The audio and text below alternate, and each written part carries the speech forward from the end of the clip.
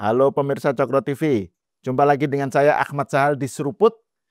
Kali ini saya bersama narsum yang tamu penting nih. Sering datang sih sebenarnya sebagai narsum, tapi kali ini istimewa, yaitu Mr. Kodari. Dulu sering datang, semenjak dilantik kan enggak datang, belum pernah datang. Semenjak jadi wakil ketua KSP ini baru datang, itu pun karena cuti. Iya, enggak ada, karena mau datang jadi cuti. Karena mau datang cuti supaya bebas ngomong. Dan juga supaya bebas berpakaiannya itu loh. Itu luar biasa itu. Oh iya, ini seragam perang nih. Kalau seragam perang Pilpres 2024 nih. Kalau udah ada kaos-kaos, kalau sudah kaos-kaos metal ini perang. Gitu. Iya makanya. Jadi ini betul-betul kita kedatangan tamu dengan kostum yang khas. Oke, apa kabar Mr. Q? Alhamdulillah baik. Mas Hal apa kabar? Kabar baik. Saya tuh kemarin kapan ya, beberapa waktu lalu yang pengen ngundang dirimu tapi nggak jadi, batal tertunda itu karena ada baca berita. Kodari sekarang tuh si Marwarar Sirait yang bilang Kodari tuh kan waktu menyumbang tanah itu. Kebanyakan duit. Wah, saya jadi selama ini nggak pernah bilang.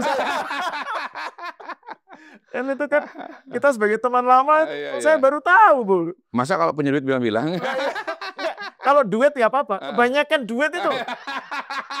Yang saya agak kaget itu kebanyakan duitnya itu. Itu kan versinya Marwarar Sirait. Kalau versi orang lain kan belum tentu.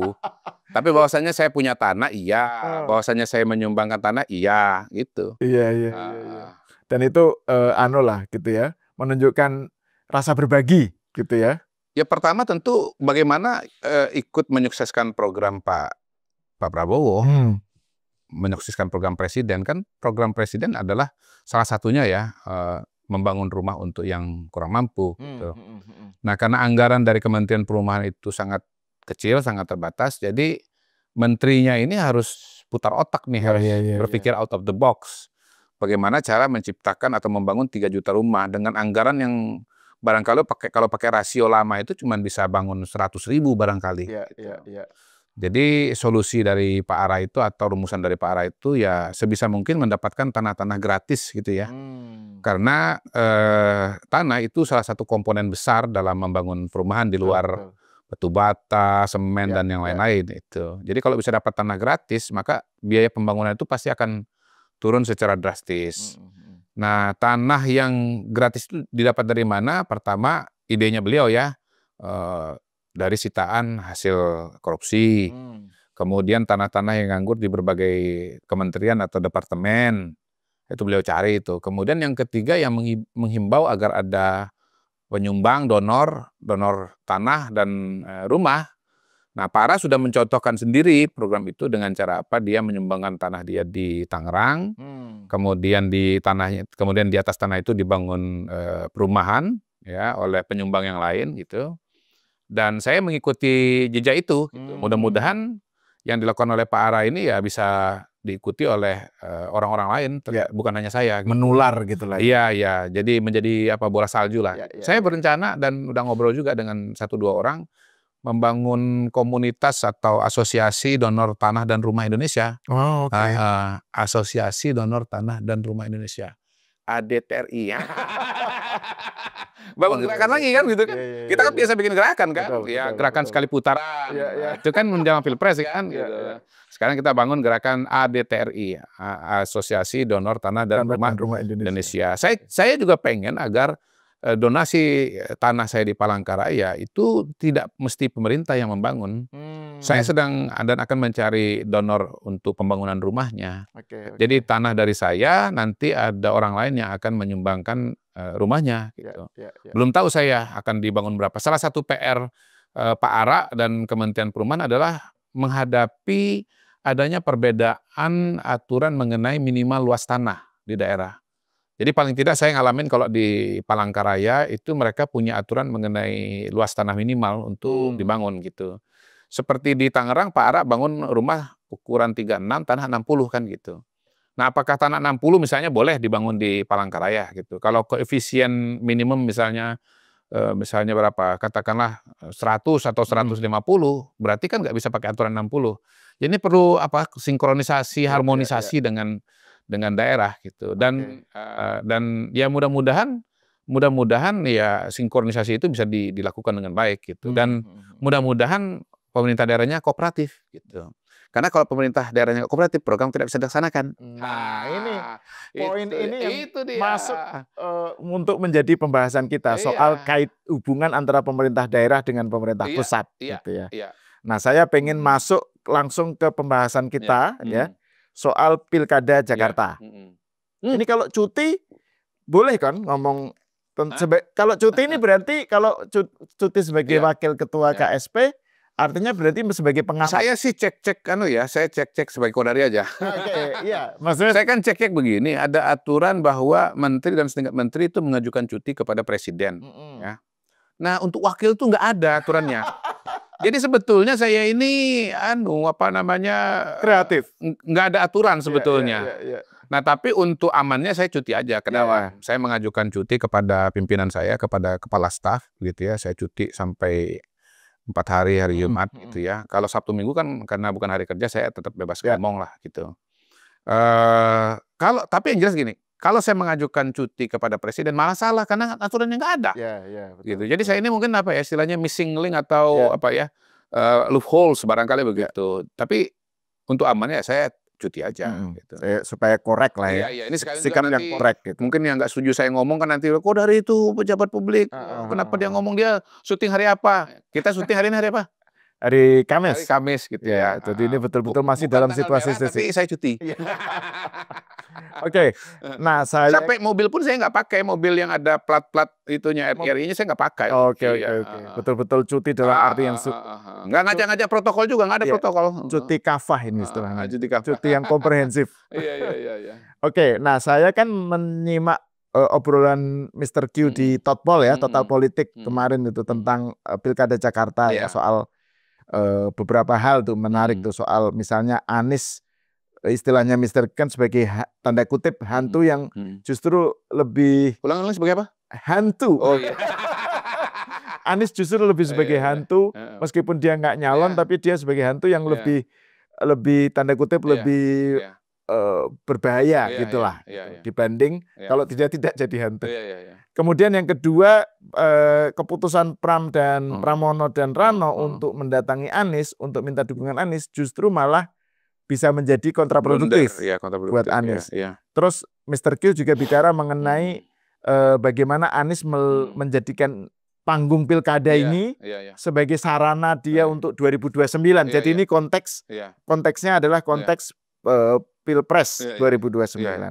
Nah, saya tidak ingin mengulang lagi. Luar biasa ahli banget Anda merumuskan. Luar biasa, akurat betul. Saya pelajari dengan seksama itu. Enggak, karena itu kan pinter sih ya. Mahasiswa doktoral New York University. Nah, makanya. tapi saya tidak mau mengulang lagi. Nanti bisa disinggung tentu saja. Cuma saya ingin membicarakan tentang sebenarnya apa sih menurut Mr. Q ya makna pilkada ya secara umum, Pilkada Jakarta dan di beberapa tempat bagi pemerintahan Prabowo Gibran ya. Itu kenapa itu menjadi penting kan Pak Prabowo bikin video mendukung siapa? Mendukung Menteri Yasin di Jawa Tengah. Terus kemudian ya meskipun Pak Jokowi sudah tidak di pemerintahan kan Pak Jokowi sebagai orang yang di luar lah ya. Itu menyatakan dukungan eksplisit kepada Ridwan Kamil gitu. Bagaimana membaca kaitan pilkada dengan pemerintahan Prabowo Gibran? Sebetulnya itu sudah dijelaskan oleh Pak Prabowo. Beliau kurang lebih mengatakan bahwa ya untuk bisa melaksanakan program pembangunan secara komprehensif, secara menyeluruh, tidak cukup hanya dukungan dari pemerintah pusat, tetapi juga dari pemerintah daerah. Kalau diperinci lagi kan pemerintah daerah kita itu ada pemerintah provinsi, ada pemerintah kabupaten kota kan. Kalau turun lagi ke bawah itu camat, kemudian lurah, kemudian kepala desa gitu. Nah, program-program pemerintah yang dicanangkan oleh pemerintah pusat kalau tidak didukung oleh pemerintah daerah itu tidak bisa jalan. Saya udah kasih ilustrasi tadi di depan kan ya. Bagaimana kalau misalnya program 3 juta rumah pemerintahan Prabowo Gibran ini ketika misalnya ditolak ya atau tidak bersesuaian dengan pemerintah daerah itu nggak bisa berjalan. Misalnya tiba-tiba pemerintah Kota Palangkaraya kami menolak program perumahan gratis, entah dengan alasan apa. Ya nggak jadi dong, gitu. Dan itu bisa ya? Bisa aja. Mereka bisa. Saya sih senang-senang aja nggak jadi nyumbang tanah.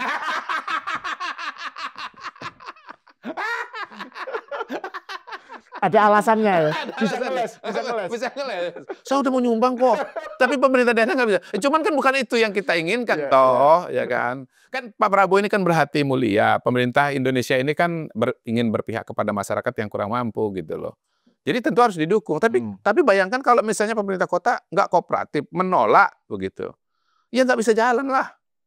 Apa kemudian pemerintah pusat harus mengirimkan pasukan tempur kan nggak gitu juga kan, ya kan, ya gitu loh. Jadi itu satu ilustrasi yang lain yang saya pakai ini ya karena ini udah kejadian dan terkenal, bukan bermaksud ngulang-ulang, adalah ketika pemerintah pusat dulu itu ingin melaksanakan Piala Dunia U20 dan ditolak oleh Gubernur Jawa Tengah Ganjar Pranowo dan ditolak oleh Gubernur Bali, siapa namanya tuh?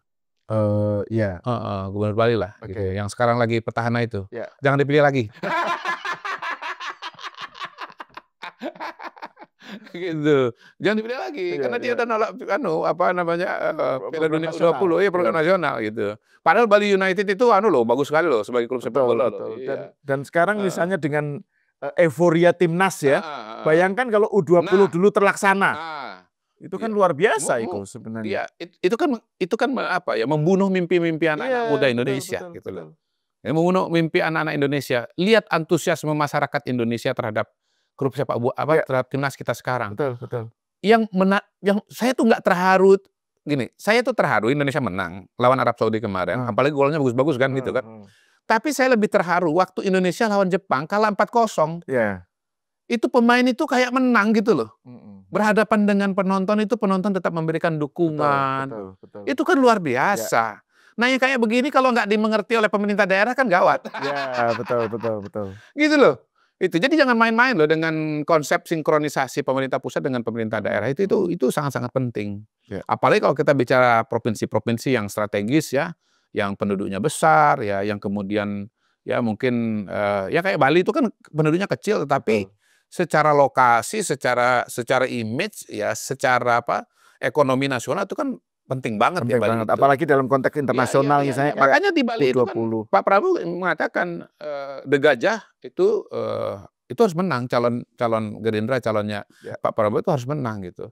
Kan pemerintah pusat juga begini, pemerintah pusat juga punya rencana untuk membangun bandara di Bali Utara.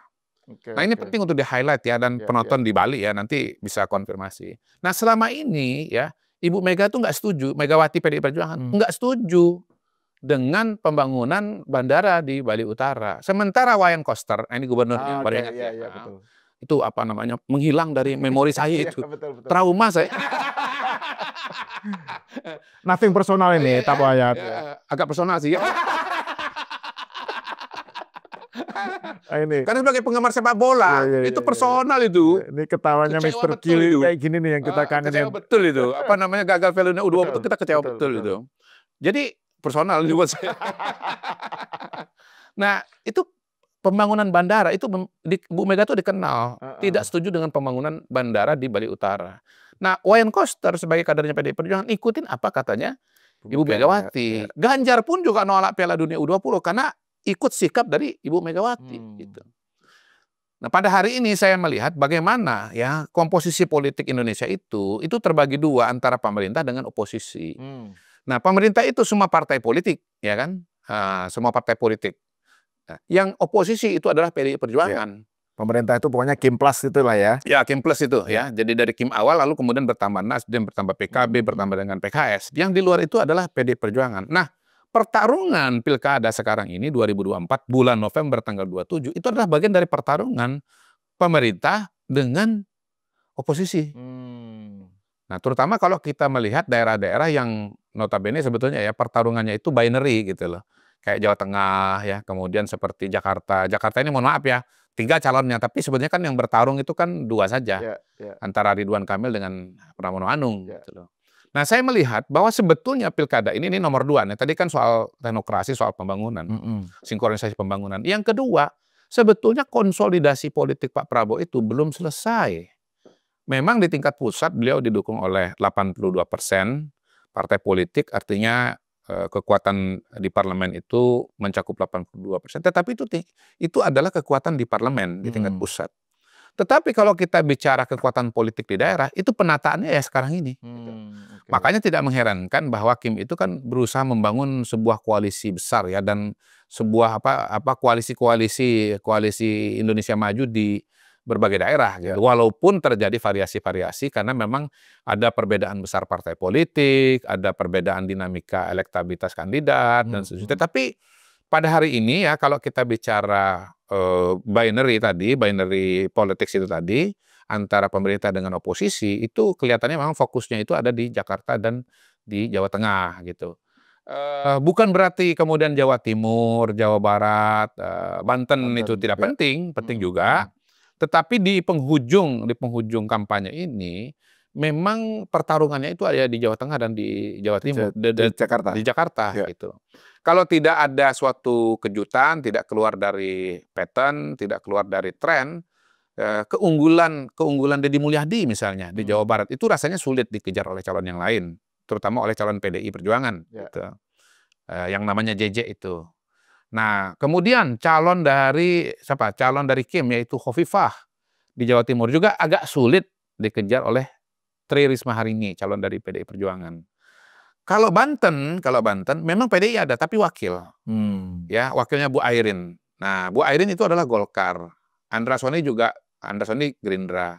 Jadi ini sebetulnya adalah Kim dan Kim lah. Ini all Kim final lah kalau di Banten itu. Jadi ya tentunya Prabowo dan Gerindra ingin Andra Soni menang, tetapi kalau Airin menang, ya tidak akan menolak lah program pemerintah pusat. Jadi kata kuncinya itu sebetulnya kalau kita bicara pilkada pada hari ini ada dua. Pertama soal bagaimana pemerintah daerah mendukung program pemerintah pusat. Yang kedua berbicara bagaimana pertarungan politik pada tahun 2029. Hasil pilkada 2024 khususnya di Jakarta dan di Jawa Tengah itu akan mempengaruhi peta konstelasi 2029 yang akan datang. Gitu, Mas.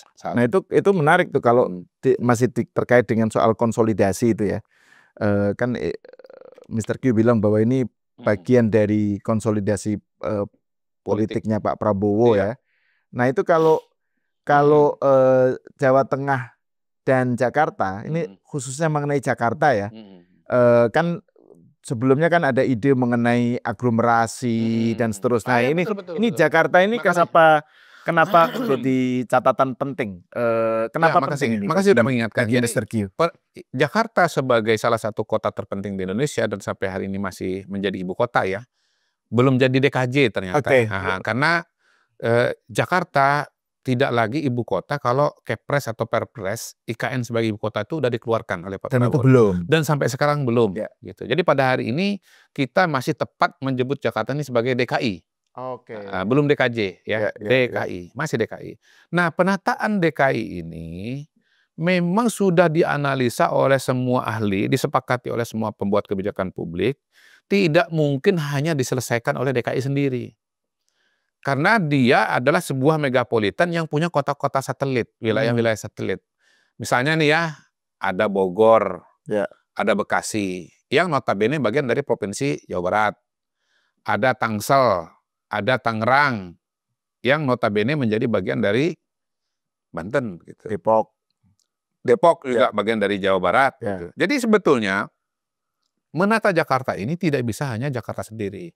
Karena itulah kemudian dibentuklah sebuah konsep yang namanya aglomerasi ibu kota. Gitu. Nah, aglomerasi ibu kota itu mencakup kalau bicara provinsi ya, Jakarta, Jawa Barat, dan Banten.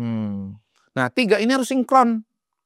Jadi provinsi Jakarta harus sinkron ke atas, tapi juga harus sinkron ke samping. Karena kalau dia tidak sinkron ke samping, maka kemudian pembenahan Jakarta itu tidak bisa berjalan. Gitu. Nah, ini kata Anies sendiri kan, kenapa polusi tinggi? Karena angin nggak punya KTP. Gitu loh. Kan angin atau polusi yang datang di Jakarta ini datang dari setidaknya dua sumber. Pertama dari polusi dalam DKI sendiri, katakanlah mayoritas kendaraan, karena pabrik di sini ada tapi sedikit gitu. Tetapi bisa juga dari pabrik-pabrik yang ada di sekitar Jakarta. Kita tahu kan ada kawasan industri di mana di Bekasi, ya, ada di Banten gitu. Nah kan itu perlu kerjasama dengan Gubernur Jawa Barat, perlu kerjasama dengan Gubernur Banten, dan kerjasamanya juga nggak boleh main-main. Ini kerjasamanya tuh harus betul-betul erat gitu loh. Nah pada hari ini misalnya pemerintah Jakarta ya setahu saya ikut memberikan kontribusi kepada kegiatan-kegiatan di Jawa Barat dan di Banten yang bisa membantu untuk menyelesaikan Jakarta. Misalnya mungkin pembangunan waduk, gitu kan, pembenahan sungai dan seterusnya. Nah, bayangkan Mas Hal, kalau nanti ya dalam penataan aglomerasi ibu kota ini, Gubernur Jakarta itu beda sendiri, nggak sejalan dengan Gubernur Jawa Barat, nggak mau kerjasama dengan Gubernur Banten, dan melawan pemerintah pusat. Apa bisa pembangunan di Jakarta berjalan dengan maksimal? Nggak bisa. Soal banjir misalnya, memang ada masalah di Jakarta, di mana misalnya sungai-sungai sudah menjempit, sudah dangkal, karena itu harus dilakukan normalisasi, gitu kan? Nah, tetapi mata airnya kan ada di Jawa Barat sana. Ya. Nah, salah satu solusi mengatasi banjir adalah pertama misalnya penghijauan. Kemudian misalnya membuat membuat embung atau membuat waduk untuk menampung hujan gitu. Nah kalau misalnya Jawa Baratnya nggak bisa kerjasama atau tidak dibantu oleh Jakarta, nggak bisa diatasi masalah-masalah itu secara komprehensif gitu loh. Nggak bisa dibangun misalnya waduknya, nggak terjadi penghijauan. APBD Jakarta besar gitu, punya keleluasan keuangan. Mungkin Jawa Barat APBD-nya lebih terbatas karena penduduknya jauh lebih banyak, jauh lebih luas. Jadi membutuhkan dukungan keuangan dari Jakarta untuk membangun misalnya membangun waduk, untuk melakukan penghijauan. Lah kalau Gubernur Jakartanya tidak melakukan itu dengan alasan teknokratis atau alasan politis, ya nggak bisa. Gitu. Nah kalau kita bicara Gubernur Jakarta, nanti misalnya Mas Pram begitu ya, PDI Perjuangan oposisi, bukan mustahil penolakan-penolakan yang terjadi itu adalah motivasinya politis dalam kerangka membangun front oposisi gitu loh, memperluas oposisi. Untuk membangun front itu kan perlu isu kan, itu nggak bisa kemudian asal tolak-tolak aja, perlu isu gitu loh. Kayak misalnya Anies ya secara teknokrasi, seolah-olah teknokrasi itu kami tidak mau normalisasi, kita naturalisasi kan gitu kan. Tapi sebetulnya yang itu politis. Kemudian saat itu kan Anies jadi nggak sinkron dengan Pak Bas kan. Iya. Pak Basuki kan sebagai wakil dari pemerintah pusat jadi terhambat. Betul. Gitu. Dan ketika Anies sudah tidak gubernur, Pak Jokowi masih presiden kan ada meresmikan apa itu? Sodetan kalau nggak salah itu. Yang Pak Jokowi udah mengatakan sodetan ini sudah tertunda berapa tahun? 5 tahun. Kenapa tertunda? Karena Anies nggak mau. Ya untuk persisnya nanti teman-teman diketik di kolom komentar lah. Paling nggak itu cerita besarnya. Itu soal sodetan itu, sodetan antar sungai apa dengan sungai apa itu yang diresmikan oleh Pak Jokowi saat-saat terakhir sebagai presiden itu, yang dia katakan itu tertunda 5 tahun, itu gara-gara Anies. Jadi Anies itu hantu, beneran itu. Hantu bagi pembangunan di tingkat nasional dan hantu bagi pembangunan di tingkat Jakarta. Hantu beneran itu. Iya. Nah itu kalau kembali ke soal aglomerasi itu, aglomerasi kan kayaknya masih RUU ya? Itu akan setahu saya sudah ada di undang-undang. Oh, sudah diundangkan ya. Dan pimpinannya saya tambahkan lagi, pimpinannya adalah ex officio wakil presiden. Ya pada hari ini dijabat oleh Gibran Buming Raka. Yang artinya memang itu mengandekan sinkronisasi ya dengan pemerintah. Kan pusat berarti. Ini 3 provinsi, ya kan? Perlu diorkestrasi. Nah, orkestratornya itu adalah Wapres. Gitu. Wapres lah yang mengkoordinasi antara Gubernur Jakarta, Gubernur Jawa Barat, dan Gubernur Banten gitu. Jadi bagi teman-teman yang mendukung Pak Jokowi, mendukung Pak Prabowo, mendukung Mas Gibran, kalau Anda pilih Pram dan Rano, ya calonnya PDI yang didukung oleh Anies hantu Baswedan, itu Anda sama dengan akan mengganggu jalannya kinerja Gibran dalam melakukan orkestrasi pemerintahan di Jakarta ini, koordinasi di Jakarta ini, koordinasi dari ibu kota Jakarta ini, gitu loh. Karena Jawa Barat nurut, ya kan? Kira-kira gubernurnya kan Deddy Mulyadi nih. Jawa Barat, Banten dukung, mau Airin, mau Andra Soni nurut, gitu kan? Tetap tegak lurus kan gitu. Lah, kalau misalnya nanti gubernurnya Pram yang partainya PDI begitu bermusuhan dengan Pak Jokowi, begitu bermusuhan dengan Mas Gibran, Apa kemudian kira-kira aja logis-logis aja nih, apa kira-kira Mas Pram akan ikut apa kata Gibran? Apa kira-kira nanti DPP PDI Perjuangan, apa nanti enggak Ibu Mega akan memberikan instruksi yang bertentangan dengan arah kebijakan yang mau diambil oleh pemerintah pusat, dalam hal ini Mas Gibran sebagai ex officio Ketua Dewan Aglomerasi? Menurut saya tidak. Jadi sebetulnya coblosan 27 November nanti buat warga Jakarta itu bukan cuma sekedar milih Gubernur Jakarta, tapi Anda juga berbicara mengenai prospek penyelesaian masalah di Jakarta, pengembangan masalah di Jakarta berkaitan dengan konsep aglomerasi ini, gitu loh. Berkaitan dengan penataan secara meluas, secara komprehensif, gitu. Dan itu terancam terganggu. Kalau misalnya nanti yang terpilih itu bukan Ridwan Kamil. Kalau Ridwan Kamil kan tegak lurus dengan pemerintah pusat, gitu loh. Oke. Nah ini menarik.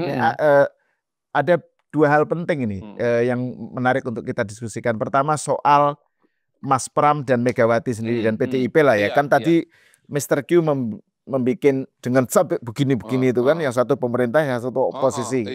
Kontrasnya kelihatannya begitu tajam. Tapi kan dalam tolong nanti bila film di visualnya dibikin.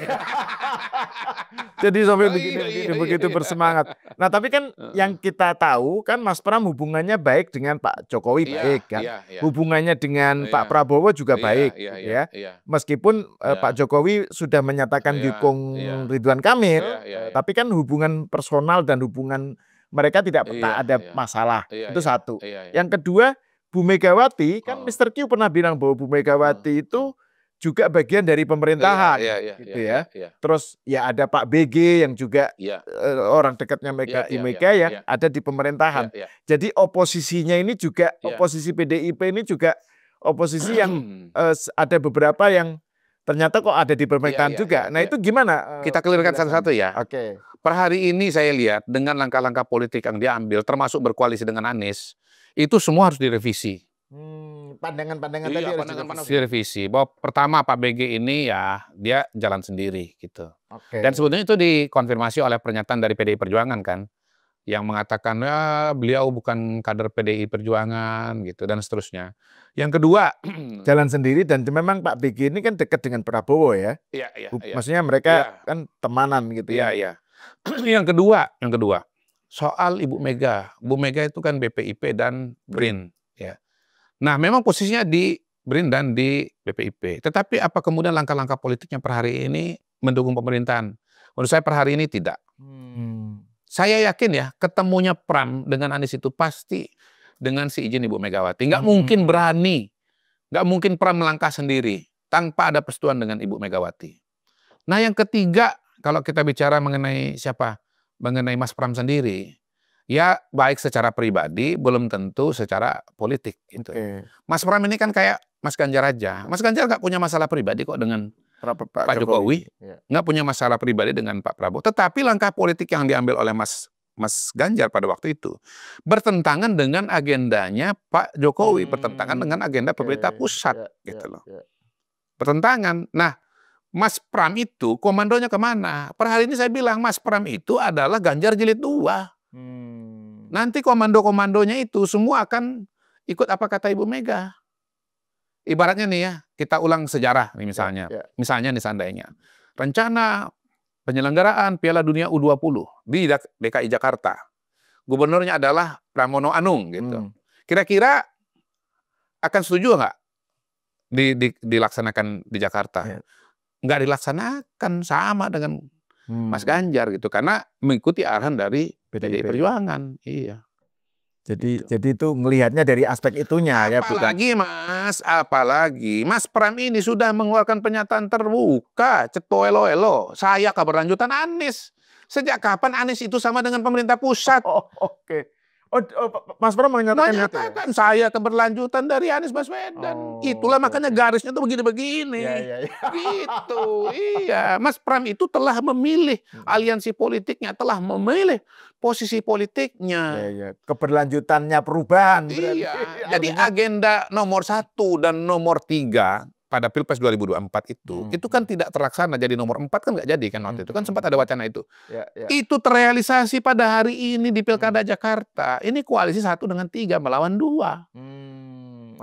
Iya, Mas Pram itu sudah meneruskan Pak Anies kok. Sejak kapan Anies ikut? Apa kata pemerintah pusat? IKN ditolak, apa ditolak gitu. Jadi sekarang ini Pram, PDI Perjuangan, tapi baunya Anies. Aromanya Anies ini. Gitu. Kalau saya bilang, Anda pilih Ridwan Kamil, berarti Anda dukung Prabowo dan Jokowi. Ya nggak salah saya kalau katakan Anda pilih Pram, berarti Anda dukung Anies. Pram Rano lah. Anda nggak mau saya sebut. Nggak semuanya muda, takut belibet. Saya ngalamin di podcast sebelumnya, kalau sebut dua-dua itu ketukar-tukar jadinya. Kalau Anda pilih Pram, Anda pilih Anies, dan Anda pilih Ibu Mega. Gitu konstruksinya. Iya. Makanya tadi sampai begini-begini itu ya, untuk menunjukkan tentang pembelahannya. Iya. Nah, tentang Anies sendiri, tadi kan saya sempat menyebut di bagian awal ya, meng-highlight beberapa poin diskusi di Mr. Q di Totpol. Iya. Tentang bahwa tadi sudah disebut soal bahwa Anies ini adalah hantu dalam pilkada sekarang gitu ya, yang tidak kalah menyeramkannya gitu loh, dibanding kalau Anies yang real gitu. Terus yang kedua, bahwa keputusan keputusan Mas Pram dan Rano mendatangi Anies dan mendapat dukungan Anies, dan katanya sore ini ya, ini hari Kamis ya, akan ada deklarasi. Saya berdoa betul, mudah-mudahan deklarasi terbuka. Itu justru malah kontraproduktif gitu. Bisa dijelaskan lagi nggak soal posisi Anies? Terus juga yang kaitan yang terakhir menurut saya juga tidak kalah penting. Bagaimana Mr. Q melihat bahwa keberadaan Anies di pilkada sekarang itu justru menjadi batu loncatan dia atau kendaraan dia untuk 2024 gitu. Karena PDIP mungkin kemudian jadi bersinergi dengan Anies atau bagaimana? Jadi analisanya begini, suara yang diperoleh oleh Pramono dan Rano pada hari ini kalau di survei itu datang dari beberapa sumber. Pertama dari dukungan terhadap Rano. Saya sebut dukungan kepada Rano. Kenapa? Karena Mas Pram belum dikenal. Sebetulnya kalau kita bicara teori ilmu perilaku pemilih dan teori survei, nggak ada ceritanya Anda itu dipilih kalau nggak dikenal gitu. Jadi ini orang milih Rano, dan pada titik ini saya sudah mengatakan pemilih Pramono Rano itu jangan kecelek loh. Anda kalau milih atau nyoblos Pramono Rano karena Rano, itu Anda kecelek, karena nanti yang memerintah adalah Pramono. Bukan Rano. Ya, teman-teman dikoreksi itu. Ya, gitu. Nah, yang kedua datang dari pemilihnya Anies. Anak Abah nih, yang memang memilih Pramono dan Rano karena memang mereka ngelihat bahwa Ridwan Kamil itu adalah representasi dari Jokowi dan Prabowo. Jadi sebetulnya Anies nggak usah dukung pun, apalagi secara terbuka. Anak Abahnya udah di situ gitu loh. Tapi kan sebelumnya anak Abah bilang mau nyoblos tiga-tiganya, artinya nggak pengennya menarik diri. Gitu. Iya, itu kan himbauan dari atas. Kalau kita bicara tadi lapangan, mereka ke Anies, ke Pramono. Lihat aja surveinya yang belum memutuskan udah tinggal sedikit kan. Iya kan, gitu. Jadi sebetulnya itu kan konstruksi dari atas. Faktanya atau realitanya mereka milih Pramono dan Rano karena juga oposisi. Ingat tadi 1 tambah 3 sama dengan 4. Ini koalisi 4 ini, koalisi nomor 4 ini. Nah, kemudian yang berikutnya lagi, yang ketiga itu adalah suara kalangan minoritas. Minoritas agama, minoritas etnis yang takut dengan adanya Suswono, garis miring PKS di kubunya Ridwan Kamil. Walaupun sesungguhnya kan PKS cuma bagian kecil saja dari Grand Coalition Kim Plus yang ada di belakang Ridwan Kamil gitu. Nah, khusus untuk pemilihnya Rano tetap ada di situ gitu ya. Sebelum mereka dengar himbauan saya. Mungkin setelah dengar himbauan ini pada kabur juga nih. Anda milih Pram Rano karena Rano yang milih memerintah nanti yang melaksanakan kerjaan adalah Pram loh. Enggak langsung kabur sih. Mikir-mikir dulu beberapa hari. Kan masih ada waktu. Iya. Anak Abah tetap di situ. Ya kan? Tetapi yang kalangan minoritas ini lari semua, kabur nih. Begitu ada Anies. Wah, ada Anies, hantu, the specter of Anies. Gitu. Iya. Kabur mereka. Iya. Gitu. Nah, apakah PKS tidak menakut? Menakutkan juga bagi mereka, tapi lebih menakutkan Anies gitu. Why? Anies is the bigger hantu. Gitu. Iya, karena PKS kan cuma bagian kecil dari. Pertama, Suswono wakil di Jakarta ya. Kedua, dia cuma 8% di tingkat nasional ya. Sementara Anies kalau maju lagi nanti pada saat Pilpres, katakanlah misalnya dia jadi calon presiden, kalau dia menang dia presiden, dia bisa bikin republik ini A jadi A jadi B, B jadi C gitu loh. Iya, karena di kita ini kan konstruksinya presiden itu sangat kuat gitu. Bisa diikuti langkah-langkahnya oleh parlemen gitu. Makanya dia the bigger specter ya. Iya, the bigger specter. Ya. Jadi hantu di sini pekerjaannya specter ya, bukan hantu yang ghost. Ya, bukan ghost. Ini bedanya apa specter sama ghost? Kalau specter itu sebenarnya kalau dalam bahasa Jawa itu dulu saya pernah nyari-nyari itu tuh ada istilahnya tuh mambang sebenarnya. Mambang itu apa ya? Tapi itu bahasa Jawa sih, tapi different story lah. Oke, jadi itu ya. Tapi gini, Mr. Q, soal minoritas ini, kalangan minoritas itu yang banyak kalau di Jakarta mana itu? Jakarta Barat, Jakarta Utara. Itu adalah basis PDI Perjuangan selama ini. Dulu mereka mendukung Ahok. Betul. Nah, ini posisi Ahoker gimana kalau dalam ini gambaran Mr. Per hari ini kan Ahok kan ikut Ibu Mega. Karena itu dia menghimbau untuk Ahoker juga memilih Pram dan Rano kan gitu. Nah, mungkin pada awalnya mereka akan ikutin itu. Sebelum munculnya hantu Anies. Begitu ada hantu Anies, terbirit-birit mereka. Ahok mau ngomong apa juga terbirit-birit mereka gitu loh. Yang jelas dukungan Ahok ya, bahkan kepada calon nasionalis itu sebetulnya kan nggak bunyi di Jakarta. Waktu Pilpres kemarin apa Ahok nggak dukung Ganjar? Dukung, bos. Apa Ganjar menang? Kalah, bos. Nomor berapa? Nomor 3. Berapa tuh suaranya? 1 juta berapa dari total pemilih 6 juta? Kalau nggak salah sekitar 17% apa kalau nggak salah gitu ya. Nanti dicek aja. Jadi untuk calon nasionalis pun dukungan Ahok tidak bermakna. Apalagi kalau yang didukung itu adalah calon yang ada Aniesnya. Gitu. Kabur ini. Menurut saya mix and match antara Ahoker dengan anak Abah ini. Itu teori yang terlalu sulit untuk diterapkan. Ini minyak dengan air ini. Pada titik itu saya katakan, Mas Pram dengan hormat itu berfantasi gitu loh. Halusinasi.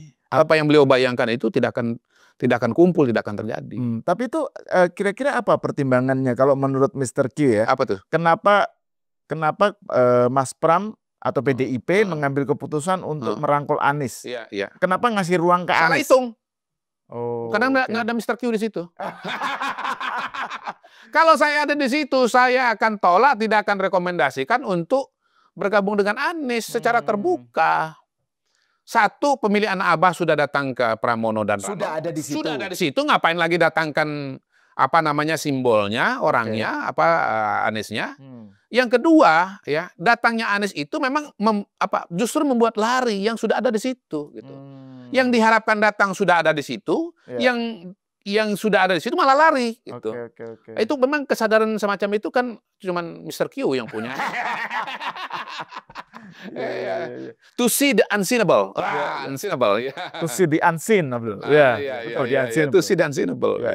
Nah, tapi itu kalau misalnya ada pertimbangan, ada nggak kemungkinan pertimbangan lain bahwa memang kan ketika menjelang pilkada, menjelang peresmian calon, kan memang Anies sudah, para elit PDIP ya sudah salah satunya pengen Anies. Terus Bu Mega nggak berkenan, Bu Mega nggak jadi bang. Nah terus sekarang Anies kayak dikasih kesempatan untuk membuktikan diri, berjasa kepada PDIP, sehingga berarti kamu sudah layak.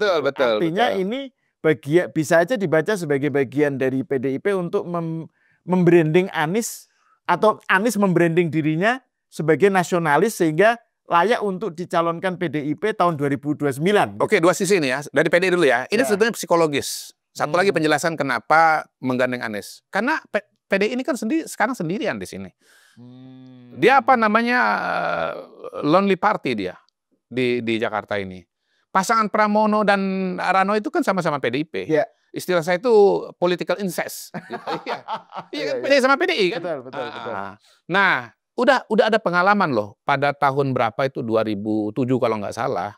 Waktu itu PKS melawan semua partai politik yang ada.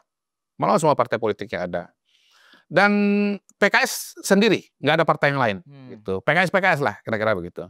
Walaupun Pak Adang Darujatun waktu itu kan backgroundnya polisi ya, tapi PKS. Nah itu kan kemudian kalah. Kenapa? Partai-partai itu kan berkoalisi. Nah PDI ini pengen cari teman. Kan no one likes to be alone kan gitu kan. Jadi psikologisnya memang cari teman gitu. Nah itu yang juga membuat kemudian dia kayak, ini saya ada teman. Kalau ada teman berarti nambah gitu. dia lupa matematika turunannya. Oke. Ya, dia lupa kalkulusnya. Ini matematika dasar ini. Yang saya ceritakan ini kalkulusnya ini. Dia cuma matematika sederhana saja. Ini bukan kalkulus ini. Gitu. Jadi advance-nya dia lupa. Dia kena dorongan psikologisnya tadi. Nah, kalau dari kacamata Anies, dia ini sekarang desperate. Dia mencari berbagai cara bagaimana caranya masuk ke dalam pentas Pilpres 2029 yang akan datang. Dan pilihan itu cuma tersedia pada PDI Perjuangan yang oposisi. Semua partai politik yang sekarang ada di kabinetnya Pak Prabowo, saya yakin 90%, 95% itu akan bersama Pak Prabowo lagi. Karena mereka tahu bahwa Pak Prabowo itu orang yang tahu berterima kasih. Susunan kabinet ini selain mencerminkan representasi kemampuan juga mencerminkan kebersamaan. Gitu. Nah, unless ya, kecuali misalnya approval rating Pak Prabowo nanti 2029 itu misalnya cuma 50% atau bahkan di bawah 50%, baru mereka akan lari. Itu pun kalau mereka melihat alternatif, gitu loh. Tapi kalau mereka nggak melihat alternatif, ya tetap dengan Pak Prabowo. Gitu. Nah, karena itulah kemudian juga, maka ini menjadi pertaruhan hidup mati bagi Ibu Mega dan bagi Anies. Pilkada Jakarta dan Pilkada Jawa Tengah ini harus dipahami oleh koalisi besar ini gitu loh, oleh Pak Prabowo, oleh orang-orang Pak Prabowo. Ini pertarungan hidup mati bagi Jakarta dan bagi Bu Mega dan Anies. Kenapa hidup mati? Karena kalau misalnya Pram kalah, Andika kalah, mereka nggak punya calon lagi, dan mereka nggak akan punya apa istilahnya lokomotif suara untuk diambil kotel efeknya bagi PDI Perjuangan. Gitu. Anies sendiri begitu Pramnya kalah, dia udah berkoalisi dengan Pram. Makin-makinnya Pak Prabowo nggak mau sama dia. Udah Pak Prabowo kesel gara-gara dikasih skor 11 dari 100 dalam debat Pilpres kemarin, ya kan? Makin kesel lagi begitu lihat Anies mendukung Pram dan Rano, sementara Pak Prabowo mengajukan Ridwan dan Suswono, gitu loh. Nah, kalau dari segi suara yang dibayangkan dimiliki oleh Anies ya, ceruk suara, kan tadi ada anak abah. Terus juga kan bagaimana dengan anggapan yang menyatakan bahwa PKS itu elitnya aja yang dukung Kim Plus. Sebenarnya kader-kadernya itu masih dukung Anies. Artinya kalau Anies direbut, dirangkul oleh Pram, itu dalam rangka untuk nambah suara Islam, suara PKS. Iya, pemilih PKS yang mau Anies nggak ikut omongan PKS, sekarang udah ada di situ. Udah ada di situ. Nggak akan nambah. Oh, yang sudah ikut Anies udah ada di sana. Konstituen PKS gitu ya, yang punya pikiran beda, yang seleranya Anies nggak ikut apa kata pimpinan, sudah di situ. Nggak nambah suara. Datangnya Anies ini nggak menambah suara, malah menghilangkan suara kelompok minoritas. Anak abah udah di situ, anak abah yang di PKS sudah di situ. Nah, tapi setelah ini kemungkinan pimpinan PKS akan turun ke bawah, keluarlah fatwa-fatwanya kepada termasuk konstituennya yang masih bandel tadi itu. Nah, tergantung rumusan fatwa, ayat mana yang dikeluarkan dan oleh DPP PKS. Betul, dan PKS itu kan karena mereka ada partai kader kan, mereka kan ada sistem menganut kiadah, pemimpin, gitu kan. Ini kan beda dengan partai lain. Gitu. Kiadah itu sentral. Paling tidak nanti gini lah, ini saya kasih bahan nih buat DPP PKS, PKS Jakarta. Di pasangan Ridwan Kamil Suswono itu ada Suswono itu kader asli, Anies itu bukan. Anies itu cuma memanfaatkan PKS. Itu. Memanfaatkan suara PKS. Tapi kalau Suswono, kalau Ridwan Kamil Suswono menang, Anda punya wakil di situ. Betul-betul jadi bagian dari pemerintahan di DKI Jakarta. Dan itu sesuai dengan keinginan PKS untuk menjadi punya pemimpin di Jakarta di basis di mana mereka menang. Ya kan, Pileg kan menang PKS.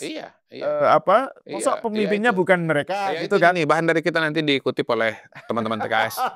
Nah, terus kaitannya dengan kalangan minoritas, Mr. Q, kalangan non-Muslim, kalangan keturunan, ya. Kan tadi ada hantu yang lebih besar yaitu Anies dibanding dengan PKS misalnya, karena PKS kan bagian kecil saja dari Kim Plus. Tapi kan ada berita nih soal FPI, Front Persaudaraan Islam, menyatakan mendukung Ridwan Kamil dan Suswono. Gitu. Nah, itu bagaimana menurut Mr. Q? Dilema memang. Soalnya kan memang ini, kalau itu betul ya, memang dilema. Akhirnya tapi saya bukan dilema, trilema. Trilema ini. Jadi pemilih minoritas ini sekarang dihadapkan pada trilema. antara Anies, FPI dan PKS. Oh. Antara aku, kau dan bekas pacar. Itu lagunya Iwan Fals. Iya, betul. Trilema dia. Sekarang the lesser evil-nya siapa? Oke. Coba kita jajarkan ya. Anies, FPI, PKS. Iya. Mana yang the lesser evil? Gitu. Ya kembali kepada mereka.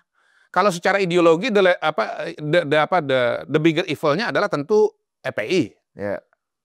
Ya kan? Kalau secara ideologi. Tapi kalau secara potensi kekuatan politik ke depan, the bigger evil-nya adalah Anies.